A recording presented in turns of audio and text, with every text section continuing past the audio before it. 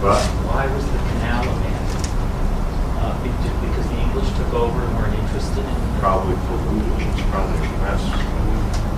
But I wonder if maybe if the Dutch had maintained the city, if the canal would have been expanded, maybe cut through the island. But it seems like it's very shortly after the British takeover, it's gone on the maps. Well, that canal was actually that was a drainage, right? That ended in a 30-foot bluff, a series of terraces. And so the canal was the channelizing of the sides of that natural drainage. It went up to Spruce Street, up to J&R Music Road. Okay, but then it stopped and then at the plateau, so there was nowhere to take the canal beyond that. And it was described, I believe, as a putrid mess. And then sedimented out. Tanneries and so forth. So it was never really used the way It they was were. used early on because they offloaded on the sides of it, but it very soon became sedimented up, and the sewage became a problem, and it was described very. So when you say early on, like before the 50s maybe?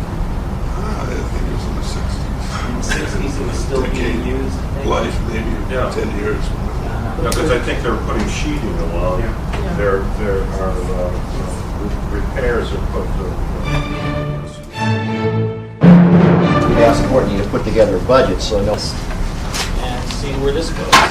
This is a drawing that was done by Rembrandt, and one of the reasons why I like this drawing so much is because it's a nice selection of wooden structures of that time period. We have a sign and an inventory from a tavern. Oh, that's great. Yeah, it hung out in front of a tavern in a paper bag, and it's being auctioned off. This is the prototypical house plan from the Stevens book of the 17th century era wooden house. This is a window detail from the ruins stuff. This is a later house. I think there's a few people here who know which house this is. But this is, again, one of the reasons why I think it's important to talk about this is because this is after Dutch government. My own view is it was something considerably influenced by the Palatine Germans who came. There are a number of houses known to have been built by Palatines, and it brings another interesting Northern European overlay into the Hudson Valley. But they really, in terms of proportion and some of the hearth features, they're substantially different.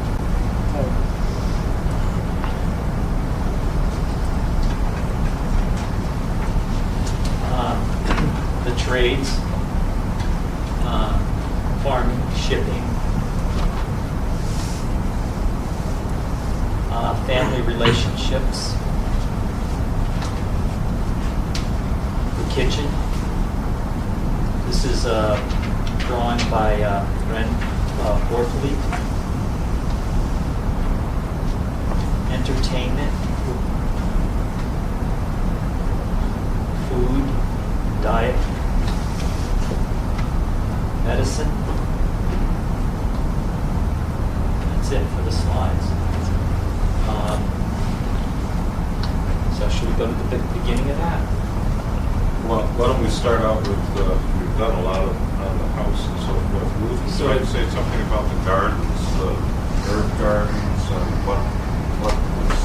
Well, what did I they think have? in terms of the gardens, the most important thing were the trees. I mean, most lots had a small orchard on them, and visually, and even for kind of just the domestic economy, I think that produce of the orchards were highly important, and maybe even more so than get regularly mentioned in documents and all, except deeds to mention house, garden, and orchard. And sometimes people wanted to move the trees as they were selling a house. Other times the trees were part of the deed and would stay. But, that produced a significant crop for the use of the house. And visually the trees are quite large.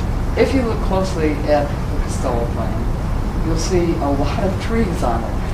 And you'll see also a lot of rectangular beds, which may have been used either, well, probably primarily for vegetables, but also for flowers.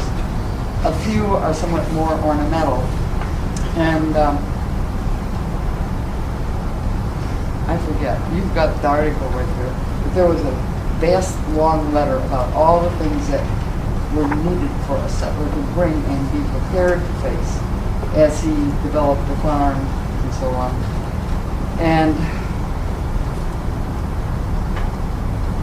one of the things mentioned in there was something about gardens that are developed or planted each according to one's needs. So that really, I think, does tell you that there are some people who almost certainly had more elaborate gardens and others who didn't. The rectangular beds are raised, or they were raised. They are documented again in the period of the 19th century in Mrs. Brandt's recollections of Albany. And this is what was used. I don't know that we can rely on the solo plan to say, if you look at it, sometimes it shows 2 across a lot behind a house, or it might show 3. I'm not sure that you can rely on it for scale or number of beds. It's very ephemeral. I was struck, and I've only really looked at it once, and I do want to look at it again. The Grove Pearl area, there's a real view of the back of this house where she's, and the painting wondering, or she's taking in wrong. It's winter, which commits you to no flowers or no plants, which makes it really easy to do gardens if you're worried about being authentic. And there were tree branches in there, and they had one hung on rope, I guess, or clothesline. But it seemed to me like it was connected to a tree and partly to the house.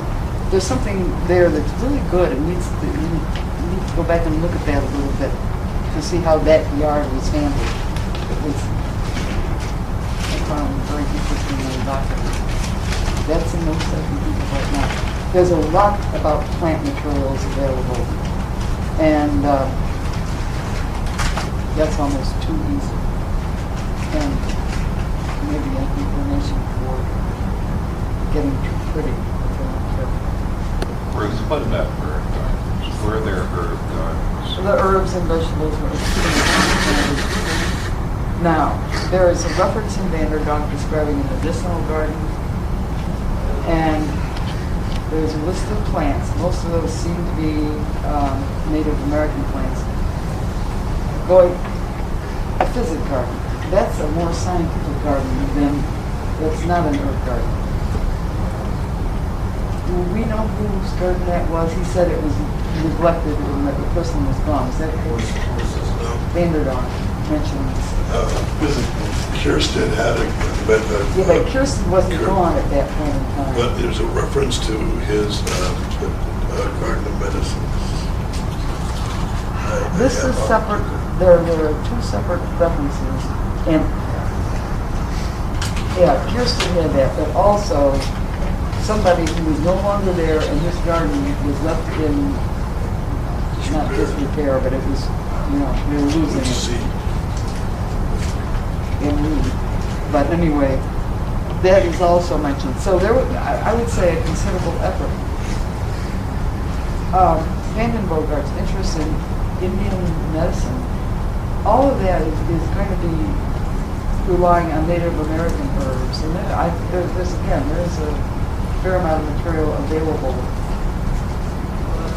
I'm not so sure how you illustrate that, but the Dutch collected the plants. And Collected what? the plants and tried to preserve or grow them or learn more about their properties. And they were sent back. I mean, they turned up in writing pretty early on.